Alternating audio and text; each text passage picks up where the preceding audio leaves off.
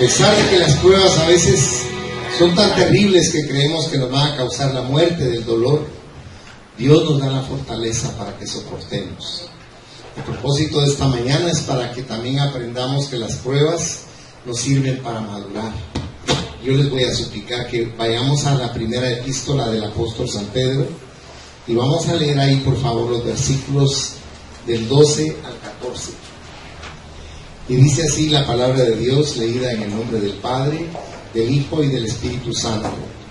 Amados, no os sorprendáis del fuego de prueba que os ha sobrevenido, como si alguna cosa extraña os aconteciese, sino gozaos por cuanto sois participantes de los padecimientos de Cristo, para que también en la revelación de su gloria os gocéis con gran alegría. Si sois vituperados por el nombre de Cristo, sois bienaventurados, porque el glorioso Espíritu de Dios reposa sobre vosotros. Ciertamente, de parte de ellos, Él es blasfemado, pero por vosotros es glorificado. Padre, yo te doy gracias por la vida de cada uno de tus hijos y de tus hijas en este lugar. Y te pido que descienda a nuestra iglesia la unción poderosa del Espíritu Santo, para que tu Espíritu de gloria sazones y adereces la palabra con el propósito de hacer madurar nuestro corazón a través de comprender el porqué de las pruebas.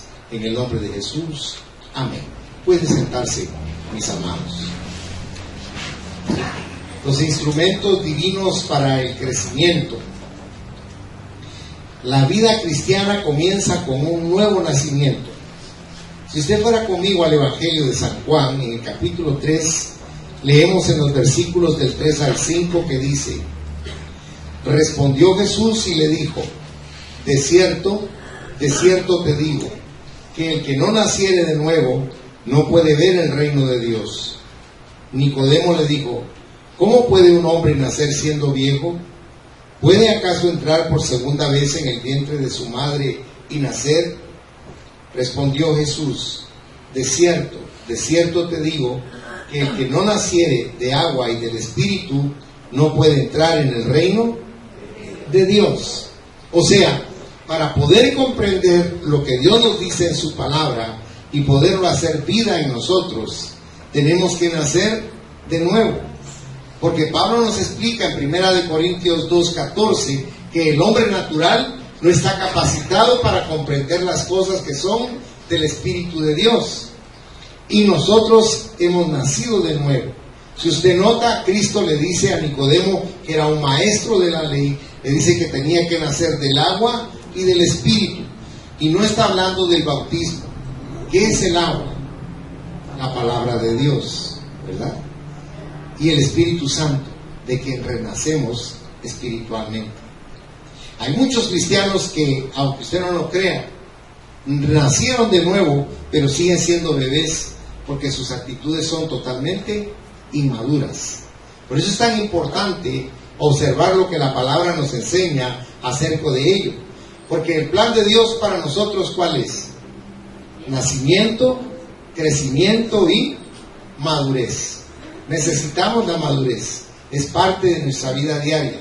Y Dios usa la Biblia, Dios usa la iglesia y usa a otros creyentes para que nosotros maduremos. Dios hace también uso de las pruebas para llevarnos a la madurez. No nos gustan, como le decía, las pruebas. Como pudimos ver en el video que compartimos, vemos un caso real de una joven que podríamos decir no tenía motivo o razón para ser infeliz. Y sin embargo, el cáncer apareció en su nuca de una forma inesperada, y como usted notó, era del tamaño de una naranja, y luego se fue para el cerebro y para los pulmones de manera inoperable. Pero en toda esa prueba, yo creo que usted vio las fotografías, siempre mantuvo ella un espíritu de optimismo. Y la fe hizo la obra en ella, porque la fe es el poder que mueve las montañas. No importa la prueba que usted esté atravesando, déjeme decirle esta mañana, Dios le va a resolver la prueba. Él es bueno, Dios es maravilloso. Y esta mañana vamos a ver algunas verdades sobre las pruebas. En primer lugar, ¿Por qué los creyentes atraviesan pruebas? Si usted se recuerda, leímos en 1 de Pedro 4:12 que no nos debíamos de sorprender del fuego de la prueba que nos venía. O sea, tenemos que entender que es parte de nuestra vida. Cuando Dios le dijo a usted y a mí que íbamos a ser salvos, no nos dijo que nos íbamos a ser salvos de las pruebas, sino nos dijo: en este mundo tendréis aflicción, pero dijo: confiad, porque yo he vencido al mundo. Es maravilloso saber que Él es nuestro ayudador, que Él es el que abre brecha delante de nosotros para que soportemos estas circunstancias adversas de la vida. De tal manera que los creyentes entonces tienen pruebas. ¿Saben por qué? Porque vivimos en un mundo de pecado. Fíjense que cuando el hombre vivió en el paraíso, no supo hacer aprecio de ese lugar. Ahí no existía el mal, no existían las pruebas, no existía el pecado. Pero el pecado original es la desobediencia, el desobedecer a Dios. Nosotros no lo logramos aceptar, pero así es, mis hermanos. El ser humano es rebelde con Dios, aunque esté llorando por el dolor. Vaya a su Biblia, por favor, a Jeremías, capítulo 6, si es tan amable. Y vea conmigo ahí lo que dice el versículo 16.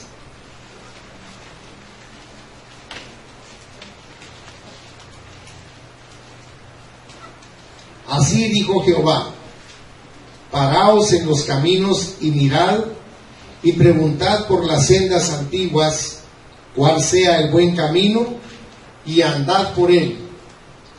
Y mire cómo dice: y hallaréis, que dice su Biblia, descanso para vuestras almas. ¿Y qué dijo el pueblo?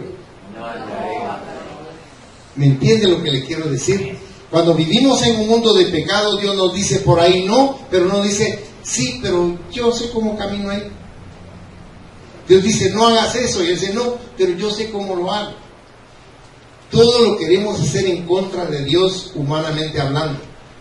Por eso las pruebas vienen sobre nosotros, porque estamos viviendo en un mundo de pecado. Ahora, somos parte de una raza caída, y ese es el gran problema. Vaya conmigo a Romanos 3 y lea conmigo, por favor, los versículos del 10 al 23. Y yo le suplico con todo respeto que le ponga atención a lo que vamos a leer. Dice aquí Pablo: como está escrito, no hay justo ni aún uno. No hay quien entienda, no hay quien busque a Dios. Todos se desviaron, a una se hicieron inútiles. No hay quien haga lo bueno, no hay ni siquiera uno. Sepulcro abierto es su garganta, con su lengua engaña. Veneno de áspides hay debajo de sus labios. Su boca está llena de maldición y de amargura. Sus pies se apresuran para derramar sangre. Quebranto y desventura hay en sus caminos, y no conocieron camino de paz. No hay temor de Dios delante de sus ojos, pero sabemos que todo lo que la ley dice, lo dice a los que están bajo la ley, para que toda boca se cierre y todo el mundo quede bajo el juicio de Dios, ya que por las obras de la ley ningún ser humano será justificado delante de él, porque por medio de la ley es el conocimiento del pecado. Pero ahora, aparte de la ley, se ha manifestado la justicia de Dios, testificada por la ley y por los profetas, la justicia de Dios por medio de la fe en Jesucristo, para todos los que creen en Él, porque no hay diferencia, por cuanto todos pecaron y están destituidos de la gloria de Dios. Déjeme que le pregunte algo: ¿de quién cree usted que está hablando aquí la palabra? Amén, de nosotros. Ahí está hablando de nosotros exactamente. Es como una radiografía nuestra. Miren, yo pienso que la parte más importante de la Biblia es cuando nos autoconfronta, porque eso nos hace comprender el porqué de las cosas, la razón por la cual tenemos tantas circunstancias difíciles a nuestro alrededor. Dios quiere que nosotros comprendamos que el apartarnos de Él solo nos trae dolor y sufrimiento.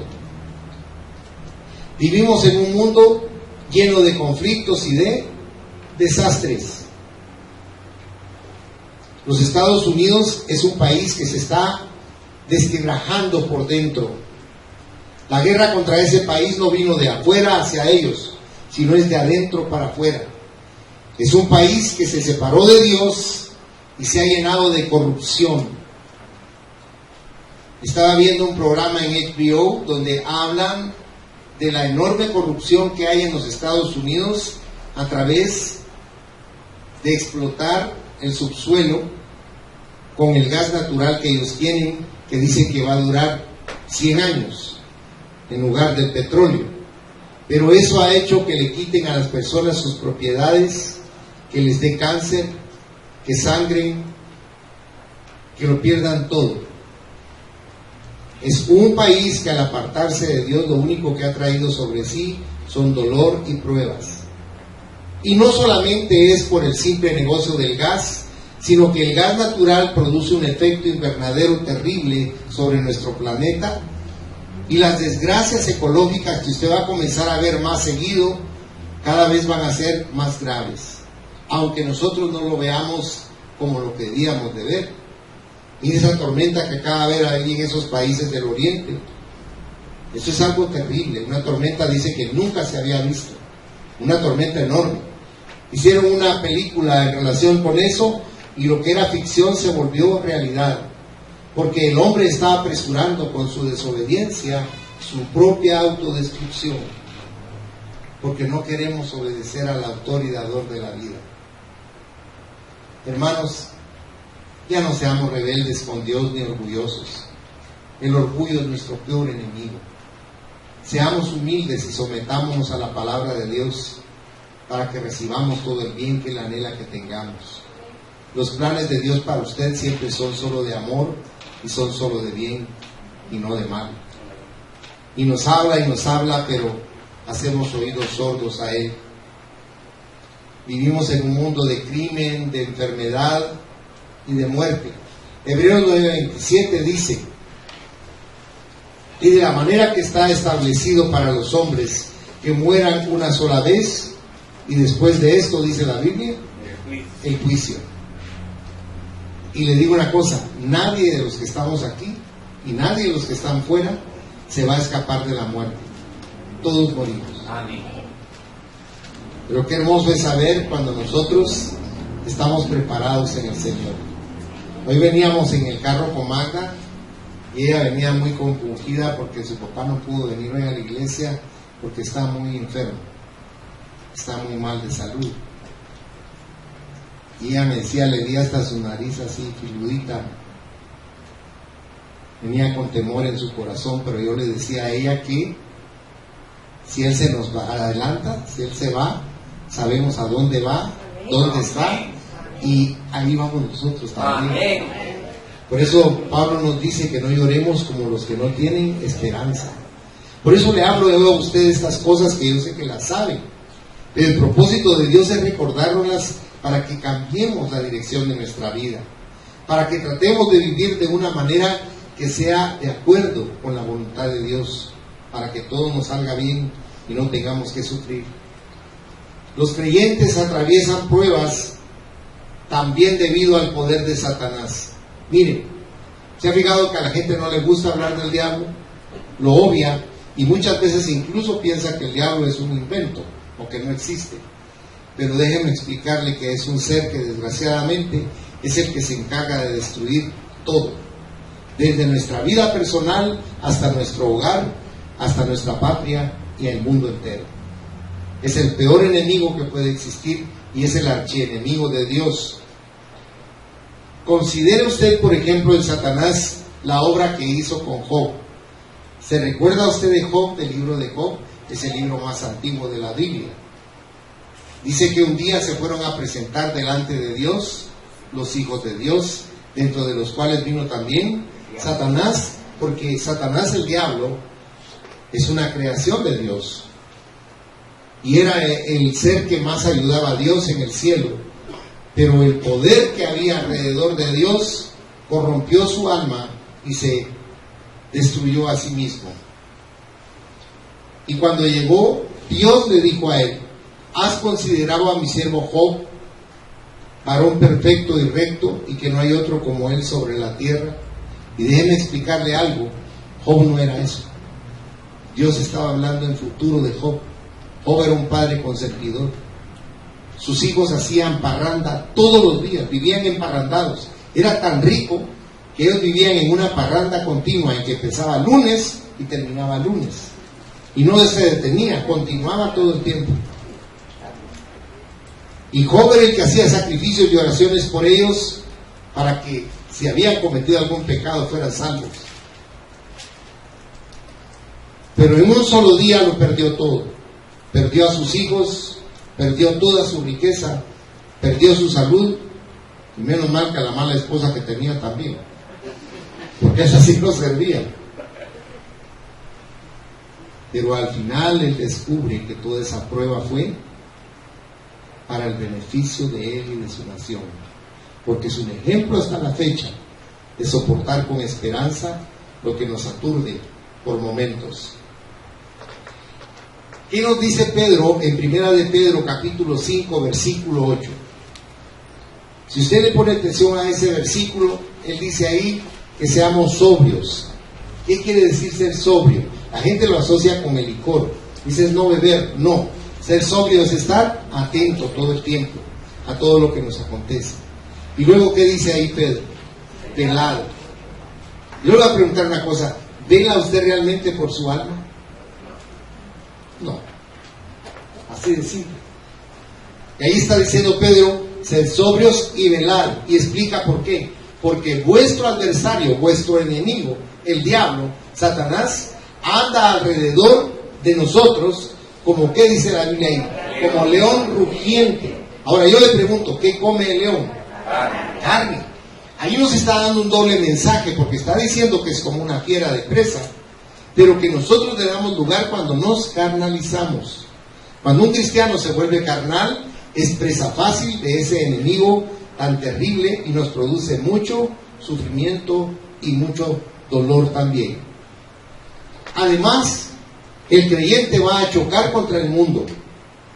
Fíjese que cuando usted comienza en los caminos del Señor, hasta sus amigos notan que usted está cambiando, que usted está haciendo cosas diferentes, y no les agrada, y se burlan y lo atacan, porque así dijo el Señor: yo no vine a meter paz, sino que espada.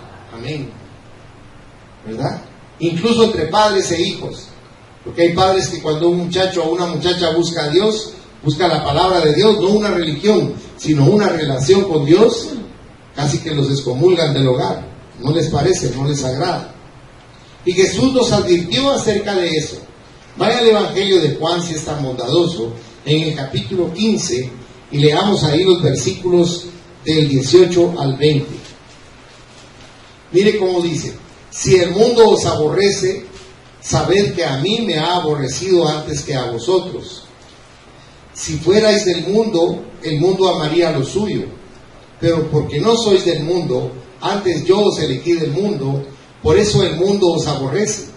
Acordaos de la palabra que yo os he dicho: el siervo no es mayor que su señor. Si a mí me han perseguido, también a vosotros os perseguirán. Si han guardado mi palabra, también guardará, dice, la vuestra. Muchos sufrieron y murieron por Cristo. La tradición dice que a uno de los grandes profetas de la Biblia, Isaías, lo amarraron de pies y manos y lo estiraron. Y cuando estaba bien estirado, tomaron una sierra grotesca para cortar madera y lo aserraron por en medio de su vientre. Una muerte espantosa para un siervo de Dios. Pero así como él hubo muchos. Véanlo conmigo en Hebreos, si es tan amable. Hebreos capítulo 11, versículos del 36 al 40.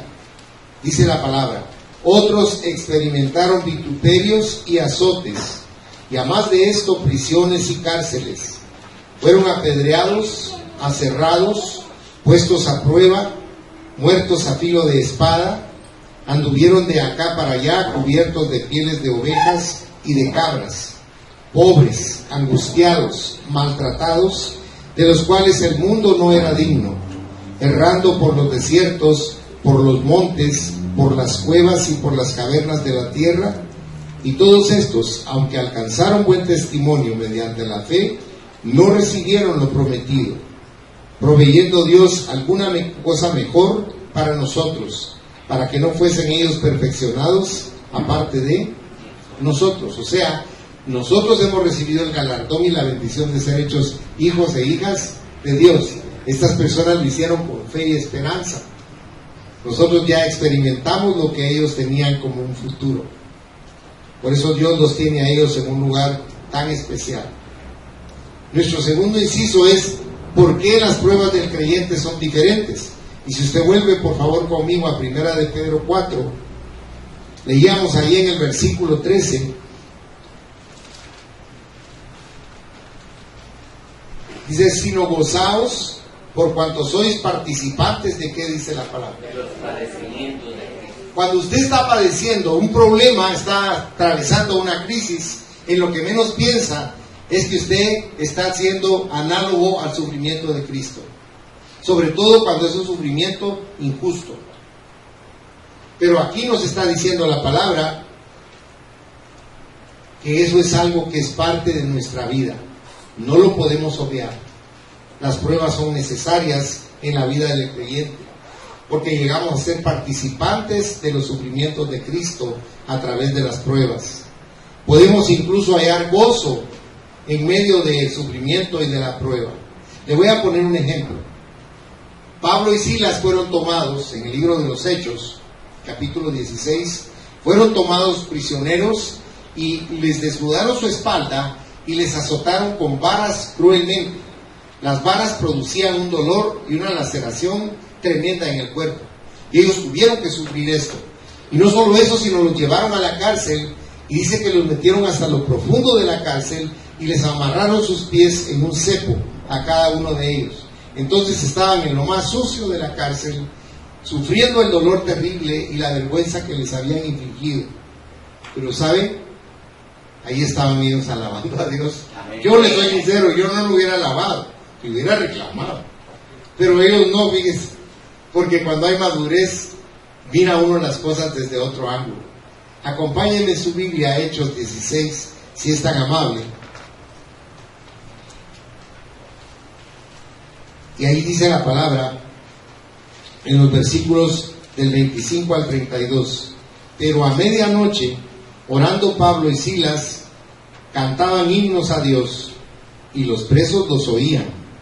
Entonces sobrevino de repente un gran terremoto, de tal manera que los cimientos de la cárcel se sacudían, y al instante se abrieron todas las puertas, y las cadenas de todos se soltaron.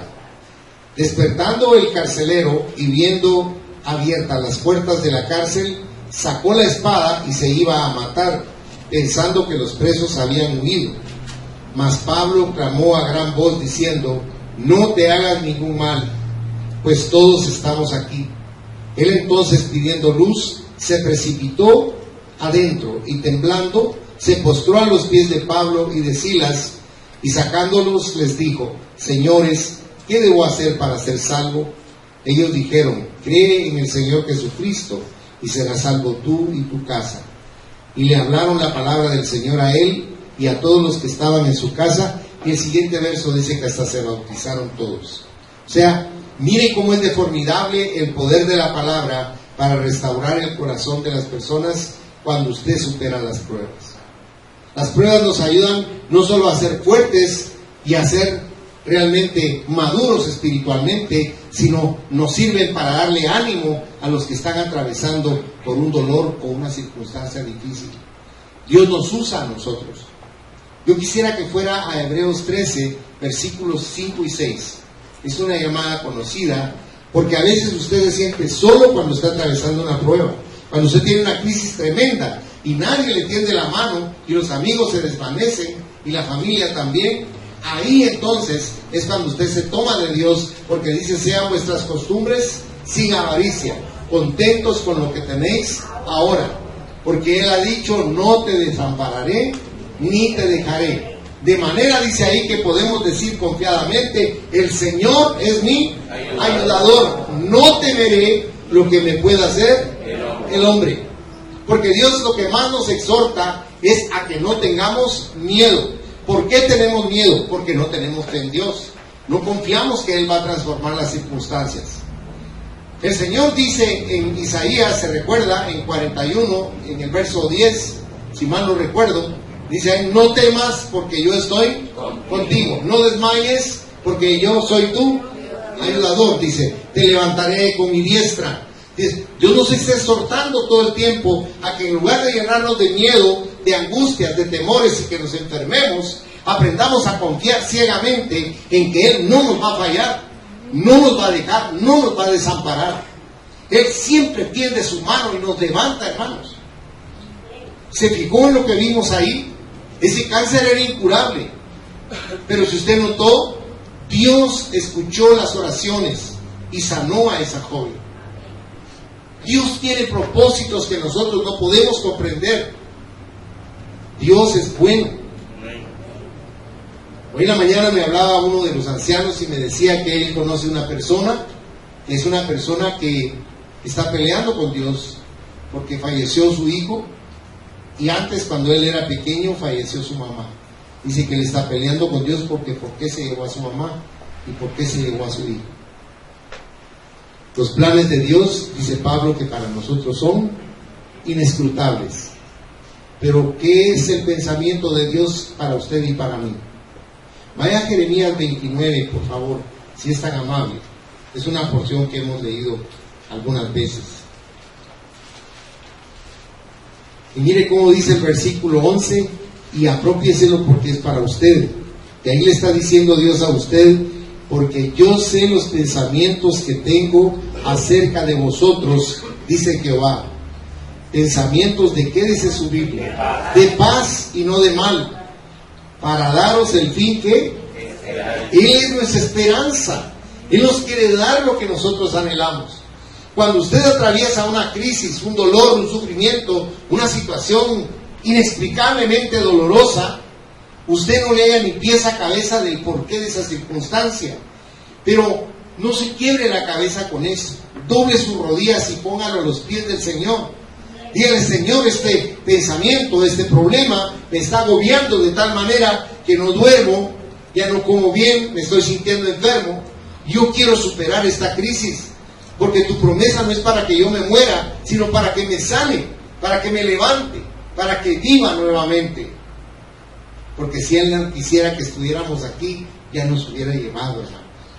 Pero si estamos aquí, tenemos un propósito que cumplir y debemos investigar qué es lo que quiere Dios de nosotros para poderlo hacer. ¿Se recuerda cuando Isaías tuvo la visión de Dios? ¿Qué dijo Dios en esa visión? ¿A quién irá? ¿A quién enviaré? ¿Y quién habló? Isaías. Heme aquí, envíame a mí. Si a usted hoy le hablara el Señor y le dijera: te voy a enviar a determinada situación, ¿usted qué haría? Perdón, usted no lo haría. Por eso es tan admirable Abraham en la Biblia, porque era un hombre que vivía bien, era un hombre rico, bien relacionado, que vivía en un lugar ubérrimo, entre dos ríos. En la Mesopotamia, eso quiere decir esa palabra, entre ríos. Y era un lugar donde él comerciaba y era muy rico, incluso tenía sus dioses. Pero un día el Señor le habló y él se asombró de que hubiera Dios. Y el Señor le dijo: vete de tu casa y de tu parentela al lugar que yo te voy a decir, pero te vas ahorita. Y ese hombre tomó todas sus cosas y se fue sin saber a dónde iba. Por eso le digo yo, si hoy Dios le dijera: vas a hacer tal cosa, con todo amor y respeto le digo: usted no lo haría. No estamos tan llenos de fe con Dios como para abandonarlo todo y dejarlo y seguirlo a Él. ¿Se recuerda que hemos hablado de los apóstoles? ¿Se recuerda que cuando tuvieron aquella pesca formidable, ellos pensaron ya en una empresa grande, ¿no? con la ayuda de Jesús, nos vamos para arriba con las vetas de atún. Pero el Señor le dijo, no, ya no van a pescar peces, van a pescar hombres, almas, para el reino de Dios. Porque lo que Dios hace es muy diferente a lo que nuestra cabeza razona. Por eso dice la palabra que debemos tener la mente de Cristo, para pensar de una manera diferente. Miren, hoy es el clásico de fútbol en Guatemala. Y usted va a ver, hay miles de personas ahí con sus camisetas rojas y otras color crema. Pero usted está en el mejor lugar. Amén. Porque usted vino a buscar a Dios y Él está aquí con usted. Y Él le quiere hablar y le quiere llenar su corazón.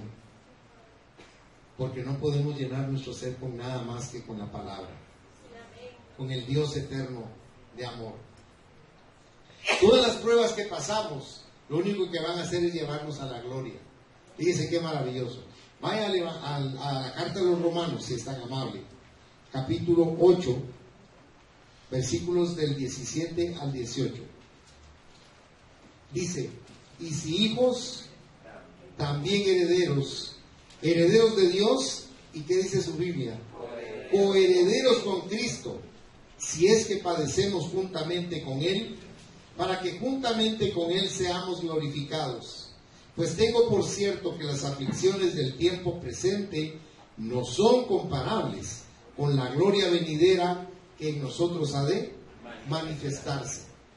Mire, ¿qué dice la palabra en relación de cuando usted está buscando a Dios, usted está sirviendo a Dios y vienen las cosas horribles para su vida, los problemas inesperados, las crisis inesperadas? Vaya a Romanos capítulo 8, si es tan bondadoso. Le quiero mostrar algo interesante ahí en los versículos 28 y 29. Dice la palabra, y sabemos que a los que aman a Dios, todas las cosas, mire, este es un absoluto, dice, todas las cosas les ayudan a bien. Esto es, a los que conforme a su propósito son llamados. Porque a los que antes conoció, también los predestinó para que fuesen hechos conformes a la imagen de su Hijo, para que Él sea el primogénito entre muchos hermanos. O sea, en todo lo que nos pasa, recuérdese que si usted es hijo o hija de Dios, hay un propósito de bien para su vida, aunque no lo pueda comprender ahorita. Después lo vamos a comprender. Y por último, ¿cómo reaccionan los creyentes maduros a sus pruebas? Y se recuerda lo que leímos en el versículo 14 de Primera de Pedro, capítulo 4. Dice que cuando pasamos pruebas somos, ¿qué dice ahí? Bienaventurados. Bienaventurado quiere decir 3 veces bendito. O sea, cuando usted está sufriendo porque le están haciendo un daño, usted se decae y se pone triste porque le duele lo que le están haciendo. Pero el Señor dice que usted es 3 veces bendito porque está atravesando por esa situación. Incluso cuando nos insultan, Dios está con nosotros en nuestras pruebas siempre. Los creyentes pueden tener pruebas de orden económico. ¿Quién ha pasado pruebas de orden económico? Todos, ¿verdad? Nos toca de una manera o de otra. A veces en un rango alto, a veces en un rango mediano o pequeño, pero a todos nos toca atravesar crisis económicas. Aquí estamos viendo nosotros que algunas veces tomamos nosotros lamentables decisiones que redundan en pérdida. Algunas veces las condiciones financieras están fuera de nuestro control. Y las pruebas de orden económico nos enseñan a dar y a compartir. Le voy a decir algo. La iglesia se sostiene con los 20 fieles diezmadores que tiene desde hace 22 años. Créame que es un milagro de Dios, por la misericordia de Dios, que existe la iglesia. Porque si no fuera por esas personas fieles, no podríamos estar aquí. Pero a Dios le ha placido que la iglesia permanezca y que nos esmeremos en dar la palabra de Dios, porque ese es el propósito, que usted conozca una nueva manera de vivir y de ser. Y Dios ha permitido que eso suceda para que nos reunamos aquí los días en que tenemos servicio y compartamos algo productivo para nuestra vida espiritual.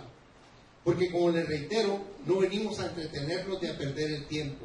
Venimos a ganar algo especial.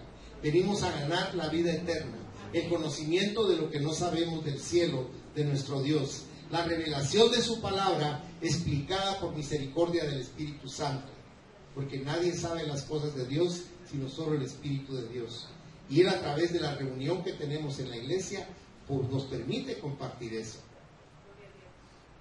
Pero Dios hace milagro tras milagro, hace cosas que no podemos comprender, porque las pruebas económicas son también para la iglesia, las pruebas morales son también para la iglesia, las pruebas y dificultades son también para la iglesia.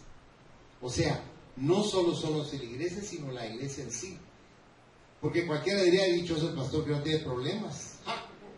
Siéntese conmigo una hora y yo le voy a contar cosas que lo van a hacer llorar. Pero la realidad es que nosotros estamos aferrados de Dios. Amén. No nos podemos soltar de Él, hermano, porque Él es nuestro amparo y nuestra fortaleza, nuestro pronto auxilio en la debilidad, y es el que sana todas nuestras dolencias, el que comprende nuestra alma en sufrimiento, el que nos ayuda cuando nadie nos tiende la mano, el que nos comprende cuando nadie nos puede entender, el que sabe la soledad que estamos viviendo muchas veces y que lloramos en lo solo de nuestro cuarto, derramamos nuestra alma de dolor, de sentirnos solos, pero no estamos solos porque Él está con nosotros. El Señor dice claramente en Romanos 8:26 que no sabemos cómo pedir como conviene, pero que el Espíritu Santo intercede por nosotros con gemidos indecibles. Porque usted tal vez nunca se ha dado cuenta lo importante que es usted para Dios, lo importante que es usted para el Espíritu Santo. Cuando usted está quebrantado, deshecho en el suelo, llorando por alguna cosa terrible, aunque no me lo crea, el que está ahí fortaleciéndolo es el Espíritu Santo. Él es el que nos está levantando, el que quita la congoja, la angustia, el dolor, el sufrimiento, la desolación. El Espíritu de Dios, el Consolador divino, el Dios de amor eterno, que no nos deja ni nos desampara jamás. Yo quiero que al salir de aquí, en el nombre de Jesús, usted lleve la esperanza en su corazón de que no está sola y que no está solo, que siempre está Dios con usted, que Él es su ayuda, que Él es su fortaleza, que Él es el que lo rodea con amor como el mar. Si algún día pudiéramos comprender el amor de Dios, créanme, nos hincaríamos a llorar, porque no le hemos dado el valor justo a ese amor divino de Dios, a ese amor precioso que no tiene ningún interés. El único interés es que estemos bien. Eso es todo lo que Dios anhela de nosotros. Filipenses 4, versículo 10, ahí nos habla Pablo de que se gozó en gran manera de que los filipenses le mandaron dinero, pero él les hace ver que no era el dinero el que les interesaba, le interesaba a él, sino él se siente feliz de ver que ellos sienten tanto amor por él que lo están sosteniendo con ese dinero. Dice, a ustedes les faltaba oportunidades de poderme ayudar. Y mire qué maravilloso que él escriba sobre eso, porque si usted va más adelante en los versículos siguientes, Pablo habla con mucha nitidez y dice, porque he aprendido a contentarme sea cual sea mi situación, porque sé vivir en la abundancia y he aprendido a vivir en la escasez también. O sea, él aclara que no es el dinero lo que lo está alegrando, sino el gesto de despojo de las personas que dan. Por eso dice la Biblia que Dios bendice al dador alegre. Cuando le vaya a dar a Dios, dele con gozo. Si no tiene gozo para darle a Dios, le aconsejo con todo respeto, no dé. No lo va a bendecir. Dé lo que dé. Si va a dar un centavo, si va a dar 1,000,000 de quetzales, délo con alegría de su corazón. Hace muchos años una hermana llegó a la iglesia con su esposo. Y ese esposo me dijo, algo que siempre he admirado de mi esposa, me dijo, es que es fiel diezmadora. Y hasta la fecha, ella sigue siendo fiel diezmadora. Y yo la bendigo con todo mi corazón y aquí está. No les digo quién es, pero le estoy mirando. Gloria a Dios, hermanos, porque Dios nos ayuda a apuntalarnos unos a otros con amor. Podemos atravesar pruebas en cuanto a la salud. Había una compositora formidable cristiana que se llamaba Fanny Crosby. Hizo cantidades de himnos para Dios y era ciega. Mire qué maravilloso es el Espíritu Santo. También la poetisa Annie Johnson Flint sufría de artritis. Hizo poemas maravillosos también. Porque los problemas de salud a menudo nos enseñan a cuidar, a dar y a tener empatía y a orar por otros. Los creyentes podemos atravesar pruebas con relación a nuestras familias también. Incluso dice que fieles con frecuencia sufren este aspecto. Esas pruebas nos enseñan a regocijarnos en la familia de Dios. Se recuerda que hay un dicho que dice, tristemente, la peor cuña que dice, es la del mismo pan. A veces usted encuentra más consuelo en los amigos que en los brothers. Con perdón a los brothers. No en la iglesia, sino en los consanguíneos, ¿verdad? Pero la realidad es esta. Dios cambia de tal forma nuestro corazón que nos hace ver nuestras circunstancias y nuestras actitudes de una manera diferente. Y eso nos permite a nosotros tener ánimo de vivir cada día intensamente, porque aprendemos que lo único que tenemos es hoy. La gente planifica y se las hace en su agenda. Hay quienes las hacen hasta para el año. Son muy súper ordenados. Pero dígame una cosa, ¿está usted 100% seguro que va a estar vivo dentro de una hora? ¿No?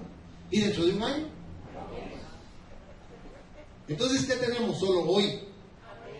¿Y qué va a hacer con hoy? ¿Va a estar abatido, triste, quejumbroso, depresivo? ¿O va a levantar su corazón hacia Dios y va a decir, ayúdame a estar contento, Señor, a pesar de todas las cosas? Porque eso es lo que Dios quiere que aprendamos, que la prueba sea un instrumento que, como un acicate, nos levante para tratar de vivir alegres cada día, con la esperanza en Dios, con la esperanza puesta en nuestro Dios Todopoderoso.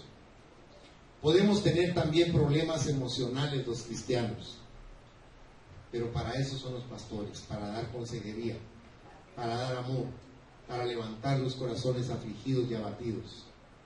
Para eso es la iglesia. La iglesia es el refugio de la oveja, mis hermanos, donde el Señor nos consuela, nos fortalece, nos cura y nos ayuda. De tal manera que aún las pruebas nos ayudan a madurar. Ya solo nos quedan 3 mensajes sobre la madurez, pero yo le pido a Dios que nos deje algún respaldito de conocimiento todo lo que hemos compartido. Cierre sus ojos, por favor. En esta mañana hemos hablado sobre las pruebas, que es un tema desagradable. El Señor nos ha permitido entresacar de todas esas cosas desagradables algo que sea edificante y bueno para nuestra vida diaria. Y yo quisiera preguntarle a usted, ¿cómo le va en la escuela divina de las pruebas? ¿Están sus pruebas mejorándolo o amargándolo? Le sugiero con amor que mire a Jesús en las pruebas, porque Él le va a entender, se va a preocupar y se lo va a resolver. Padre Celestial, en esta mañana te damos gracias, porque madurar espiritualmente estamos viendo que no es tan fácil, pero con tu ayuda somos capaces de hacer proezas, Señor.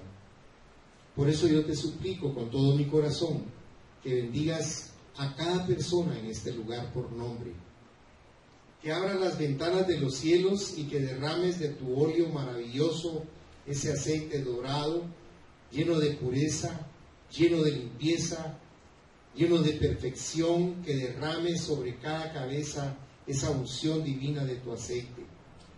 Que a cada uno de ellos los sumerjas en las aguas del Espíritu Santo.